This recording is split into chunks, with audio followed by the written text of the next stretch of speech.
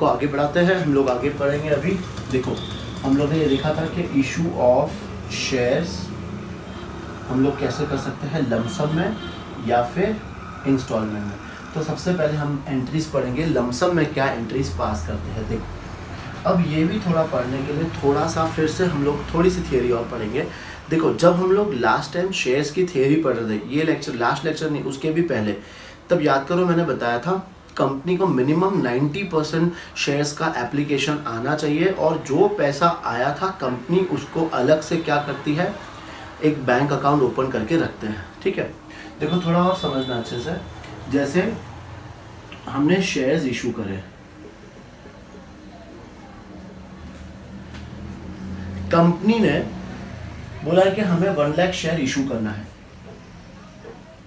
ठीक है, तो सबसे पहले हम क्या करते हैं, हम एप्लीकेशन करते हैं। समझो एप्लीकेशन करा और हमने कंपनी को कितना दे दिया, 2 रुपीज। तो तुम्हें जो भी एंट्री पास करनी है वो कंपनी के पॉइंट ऑफ व्यू से करनी है, शेयर होल्डर्स के पॉइंट ऑफ व्यू से नहीं। शेयर होल्डर्स कौन होता है, जो कंपनी के शेयर्स खरीदते हैं, हमें उनसे कोई लेना देना नहीं है। हम किसके पॉइंट ऑफ व्यू से एंट्री करेंगे, हम कंपनी के पॉइंट ऑफ व्यू से एंट्री करेंगे। तो कंपनी के पास सबसे पहले क्या आता है, पैसा आता है, तो कंपनी उसको क्या करेगी, अलग एक बैंक अकाउंट में रखेगी। कंपनी के पास पैसा आया, ये पैसा किसका था, एप्लीकेशन का। तो हम लोग एंट्री कौन सी करें, लमसम की। तो यहाँ पर याद रखना क्या एंट्री पास करनी है, share application and allotment account, क्योंकि दोनों भी एक साथ हो रही है। एप्लीकेशन मतलब यहाँ पर क्या हो रहा है, हमें 10 रुपये पूरा एक साथ, मतलब जिसने शेयर्स अप्लाई किया और उसको अलॉटमेंट भी कर दिया हमने, दोनों भी साथ साथ में हो रहा है। इसलिए एप्लीकेशन और अलॉटमेंट दोनों क्या लिखेंगे, साथ में लिखेंगे। फिर फर्स्ट एंट्री तो हो जाएगी ये वाली। सेकेंड फिर से हम ये क्या करेंगे, share application account, share application and allotment account debit, इसको डेबिट करेंगे, और शेयर कैपिटल को हम लोग क्या करेंगे, क्रेडिट।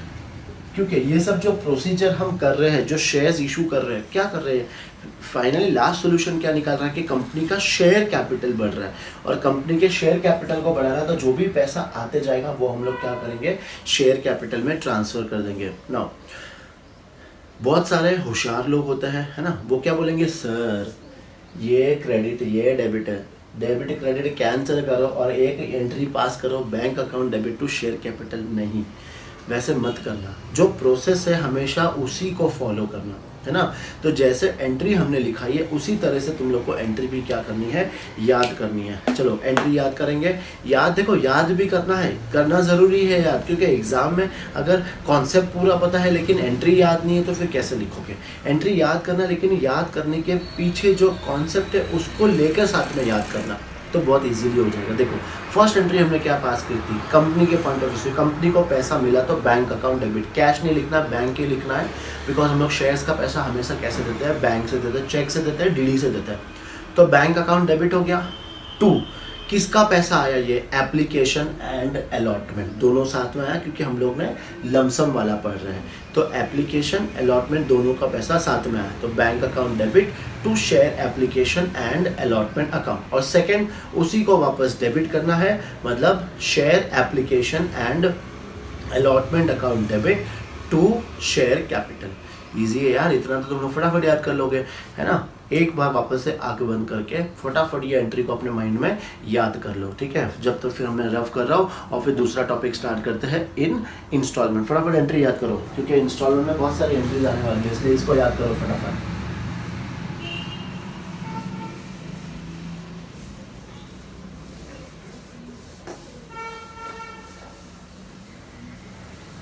हो गई याद, है ना।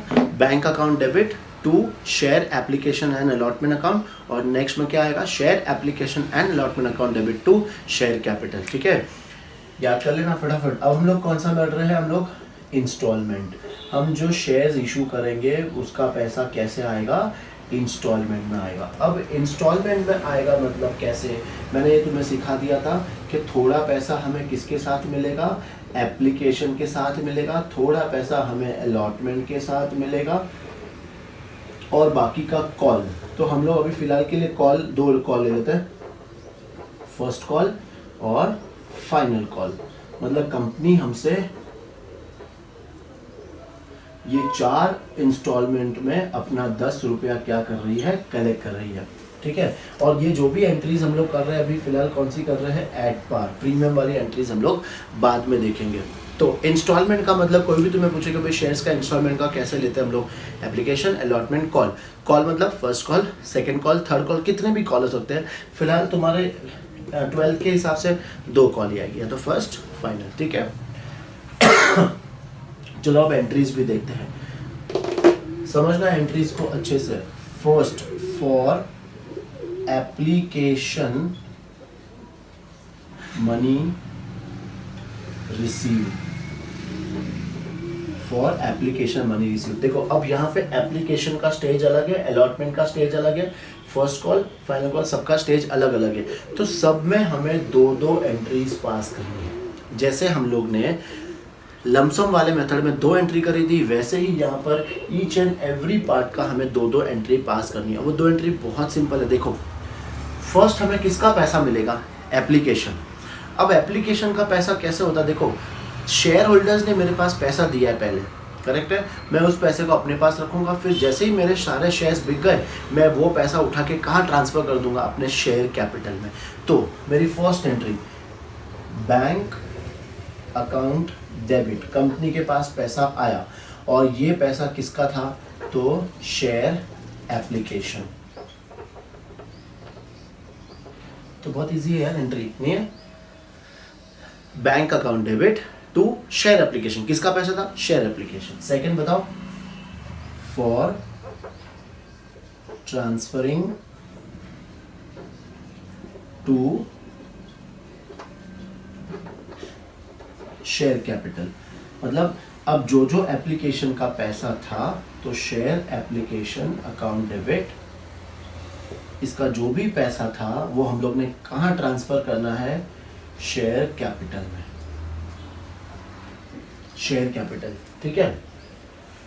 ये 2 एंट्री पहले याद कर लो, क्योंकि इसके बाद यही 2 एंट्री भी सिर्फ सीक्वेंस चेंज होगा। देखो पहले एप्लीकेशन का पैसा हमें मिला तो क्या एंट्री आएगी, bank account debit to share application, फिर share application to share capital, ये 2 एंट्री वापस bank account debit to share application, share application account debit to share capital, फिर से bank account debit to share application to share capital. याद हो गई फटाफट से, एक बार तुम लोग भी बोलो, सिर्फ मैं बोलूंगा नहीं, तुम लोग भी बोलो, बोलो बोलो, अरे बोलो, मैं बोलता हूँ वापस से, bank account debit to share application to share capital. याद हो गई। अब देखना समझना अच्छे से, कॉलेज वाला फिर से एग्जाम्पल लेता है, ठीक है।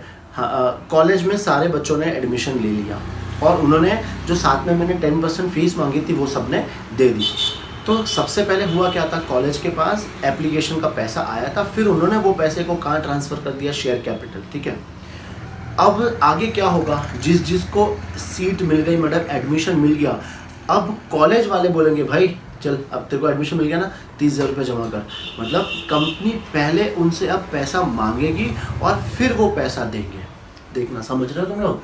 एप्लीकेशन पे तो क्या हुआ था, पहले शेयर होल्डर्स ने पैसा दे दिया और फिर वो उन्होंने कहाँ ट्रांसफ़र किया, शेयर कैपिटल में। यहाँ पर पहले कंपनी उनसे पैसा मांगेगी, कितना, 2 रुपये। भाई चलो चलो सब लोग अभी 2-2 रुपया जमा कर दो, तो 2 बोला पहले कि जमा कर दो और फिर उन्होंने क्या किया, जमा कर दिया। फर्स्ट कॉल वैसी सेम, कंपनी ने बोला फर्स्ट कॉल का पैसा जमा कराओ, फिर सबने फर्स्ट कॉल का पैसा जमा कराया। जैसे हम भी कर रहे हैं अपनी क्लासेस में फ़ीस के लिए, पहले बोला कि इतना कराओ, सबने करवा दिया। अब मैं बोल रहा हूँ वापस से जमा कराओ, सबने करा दिया, फिर वापस बोलूँगा जमा कराओ, सबने करवा दिया। ऐसे मतलब कंपनी पहले मांगेगी फिर उनको पैसा मिलेगा। तो आगे भी जाकर ये दोनों एंट्रीज ही आएगी, सिर्फ तुम्हें क्या करना है, पहले ये वाली एंट्री पास करनी है, फिर ये वाली एंट्री पास करनी है। क्यों, पहले हम लोग क्या करेंगे, अलॉटमेंट ड्यू होगा फिर पैसा आएगा, फर्स्ट कॉल ड्यू होगा फिर पैसा आएगा, फाइनल कॉल ड्यू होगा फिर पैसा आएगा। और जैसे ये कौन सा स्टेज था, एप्लीकेशन, तो हमने शेयर एप्लीकेशन लिख दिया। नेक्स्ट कौन सा स्टेज है, अलॉटमेंट, तो शेयर अलॉटमेंट आ जाएगा। बस ऐसे, समझे। तो देखो जो थर्ड एंट्री होगी, कंपनी कौन सा पैसा मांगेगी, अलॉटमेंट का, तो फॉर अलॉटमेंट मनी ड्यू। हमने अलॉटमेंट का पैसा मांगा, ठीक है। तो मांगने के टाइम पे ये आएगी एंट्री। तो हम लोग क्या लिखेंगे, शेयर एप्लीकेशन नहीं, अब क्या आ जाएगा, share allotment account debit to share capital. पहले ये ड्यू वाली एंट्री हो गई। अब for receipt of allotment money, अब मुझे अलॉटमेंट का पैसा मिल जाएगा। तो मिलेगा तो क्या एंट्री पास करेंगे, bank account debit, bank account debit to किसका पैसा आ रहा है, शेयर अलॉटमेंट का। होप तुम लोग को समझ में आ गया होगा, ठीक है। और अगर समझ में आया तो फिफ्थ एंट्री बताओ मुझे, किसका पैसा, for first call due, first call due. तो क्या एंट्री आएगी, share first call account debit to share capital. फिर sixth, for receipt of first call, बताओ क्या एंट्री आएगी, तो bank account debit to share first call, bank account debit to share first call. फिर seventh entry, for final call due, पहले due वाली entry आएगी, तो entry share final call account debit to share capital. और फिर last, for receipt of final call, पैसा मिलेगा तो क्या एंट्री पास करेंगे, bank account debit to share final call. तो देखा मैंने बताया था हर एक में 2-2 एंट्रीज आएगी, तो ऐसे 2-2 एंट्रीज को फटाफट याद कर लो। देखो फ्रेंड्स बहुत इजी है। सबसे पहले हमारे पास एप्लीकेशन का पैसा आएगा, तो bank account debit to share application. फिर वो शेयर एप्लीकेशन का पैसा हमने कहाँ ट्रांसफर करना है, शेयर कैपिटल में, तो share application to share capital. फिर अलॉटमेंट ड्यू करेंगे तो share allotment to share capital. फिर जब पैसा मिलेगा तो bank account debit to share allotment.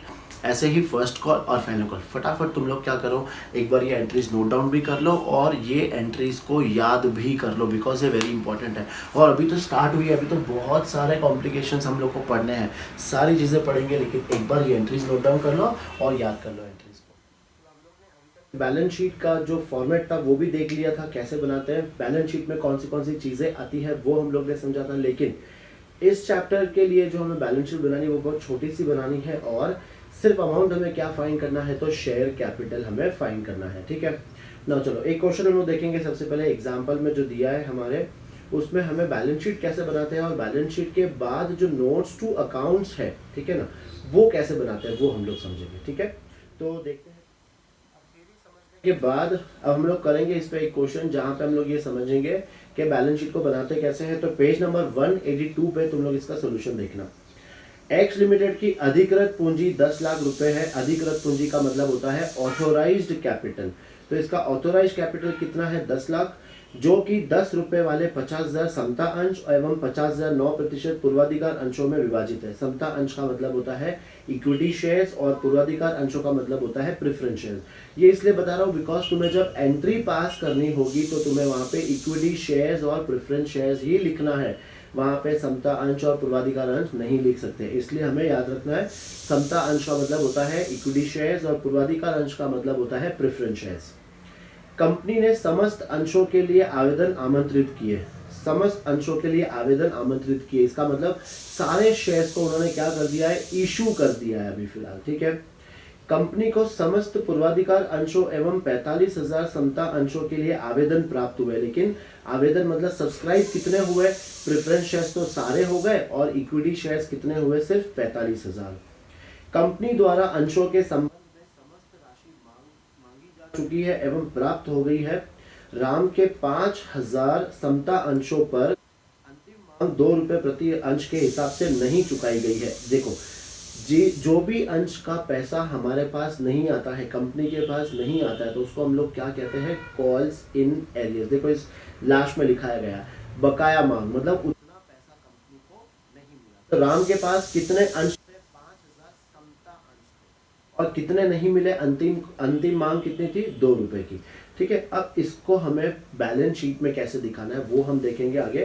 देखो यही बोला है, बताइए अंश पूंजी कंपनी के चिट्ठे में किस प्रकार प्रदर्शित होगी, साथ ही लेखांकन टिप्पणियां भी बताएं। तो हमें क्या बनाना है? Balance sheet. देखो अब पूरी बैलेंस शीट तो हम बना नहीं सकते, यहाँ पर क्या लिखेंगे ऊपर नाम extract of balance sheet. Extract का मतलब होता है सिर्फ एक पार्ट, और उसके नीचे हम लोग क्या बनाएंगे? नोट्स टू अकाउंट, जो से मैंने तुम्हें सिखाया था, ऑथोराइज्ड, इशूड और सब्सक्राइब कैपिटल। ठीक है, चलो देखते हैं इसका सोल्यूशन सॉल्व करते हैं। सबसे पहले यहाँ पे हम लोग क्या लिखेंगे? Extract of balance sheet of X limited as on. अगर डेट दिया होगा तो यहाँ पे हम लोग डेट लिख देंगे। फिर यहाँ पे इसका फॉर्मेट क्या था? सबसे पहले हम लोग लिखते हैं पर्टिकुलर्स, फिर हम लोग लिखते हैं नोट नंबर, फिर यहाँ पर हम लोग लिखते हैं करंट ईयर का रुपीस, और यहाँ हम लोग लिखते हैं प्रीवियस ईयर का रुपीस। ठीक है, ये है अपना एक छोटा सा फॉर्मेट बैलेंस शीट का।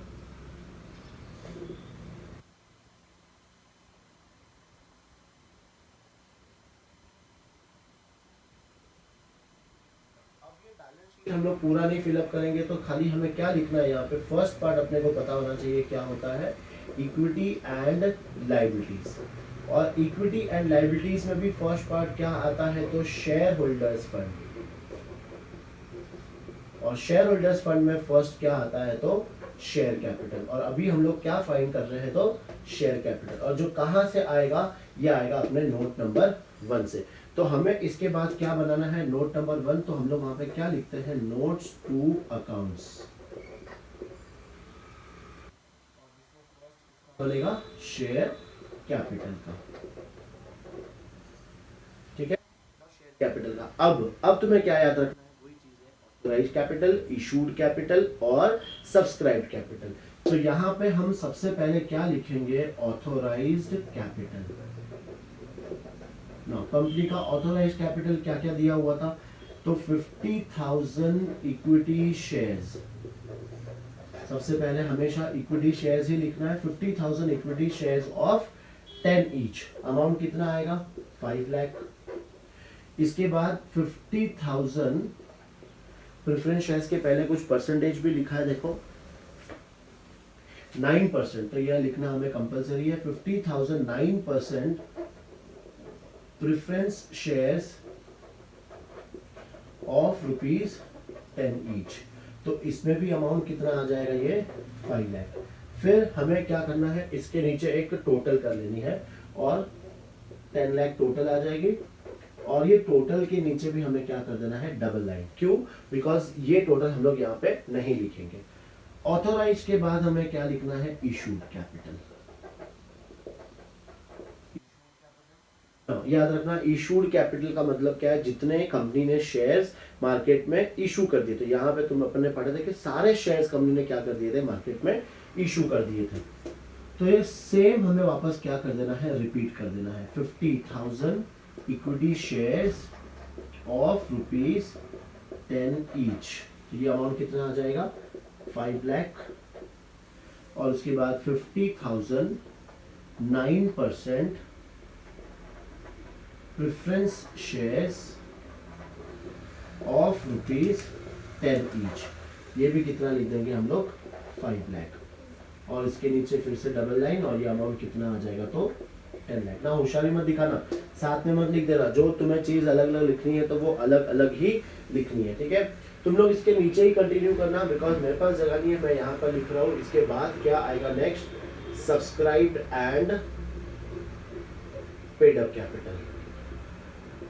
Subscribe and paid up capital. ठीक है, वैसे तो आना चाहिए subscribe and fully paid up, subscribe but not fully paid up, पर हम चाहे तो इस दोनों को क्या कर सकते हैं? कंबाइन कर सकते हैं और एक साथ ही लिख सकते हैं subscribe and paid up capital. Now अब इसमें क्या आएगा? देखो 50,000 तो ऑथोराइज थे, 50,000 इशू भी कर दिए, लेकिन एप्लीकेशन कितना है अपने पास? इक्विटी शेयर्स के आए थे अपने पास 45,000। तो यहाँ पे लिखना है हमें 45,000 इक्विटी शेयर्स ऑफ ₹10 ईच। ना अमाउंट में कितना आ जाएगा? तो 4,50,000। कैसा है ये? 45,000 इंटू 10 तो ये आ गया 4,50,000। लेकिन राम के पास 5,000 फाइनल कॉल का पैसा हमें नहीं दिया था, अंतिम मांग का पैसा हमें नहीं दिया था। तो राम के पास कौन से शेयर्स थे? इक्विटी शेयर्स थे। तो वो हम लोग इसमें से क्या करेंगे? माइनस करेंगे। और जिसका पैसा हमें नहीं मिलता है हम लोग क्या लिखते हैं उसके लिए? Calls in arrears. और ये अमाउंट कैसा आएगा? 5,000 शेयर्स इंटू 2, तो ये कितना आ जाएगा? 10,000। इसमें से माइनस कर देंगे तो ये बाहर अमाउंट कितना आ जाएगा? 4,40,000। ठीक है। और प्रेफरेंस शेयर्स में ऐसा कुछ भी नहीं है, तो प्रेफरेंस शेयर्स में पूरा लिख देना है 50,000 9% प्रेफरेंस शेयर्स ₹10 ईच, आगे लिख देंगे फुल्ली पेड अप। 10 ये तो अमाउंट कितना आ जाएगा? ये आ गया हमारा 5 लाख। फिर ये टोटल कितनी आएगी? 9,40,000। और ये 9,40,000 को हमें कहाँ लिखना है? अपने करंट ईयर में। यहां पर हमें लिखना है 9,40,000। मतलब ऑथोराइज का टोटल नहीं जाता है, इशूड का टोटल नहीं जाता है, टोटल किसका जाता है? Subscribe and paid up capital. फिर तुम सोचोगे कि सर फिर ये जब जाता ही नहीं तो बनाना क्यों है? ये तुम्हें क्वेश्चन आएगा 4 मार्क्स के लिए, इतना सा क्वेश्चन आएगा 4 मार्क्स के लिए। तो अब तुम लोग जो लिखना है वो भी नहीं लिखोगे तो तुम्हें 4 मार्क्स कोई नहीं देगा। तुम सोचोगे सिर्फ यही बना दूं, तुम्हें मिलेगा सिर्फ 1 marks. Working notes is very important. और याद रखना ये वर्किंग नोट नहीं है, ये भी इस क्वेश्चन का क्या है? पार्ट है। ठीक है। ये नहीं लिखा, ये लिखा तो भी मार्क्स कट जाएगा, इसलिए क्या करो? पूरा तुम्हें अच्छे से लिखना है। ठीक है। चलो नोट डाउन करो ये, फिर हम लोग दूसरा पढ़ते हैं।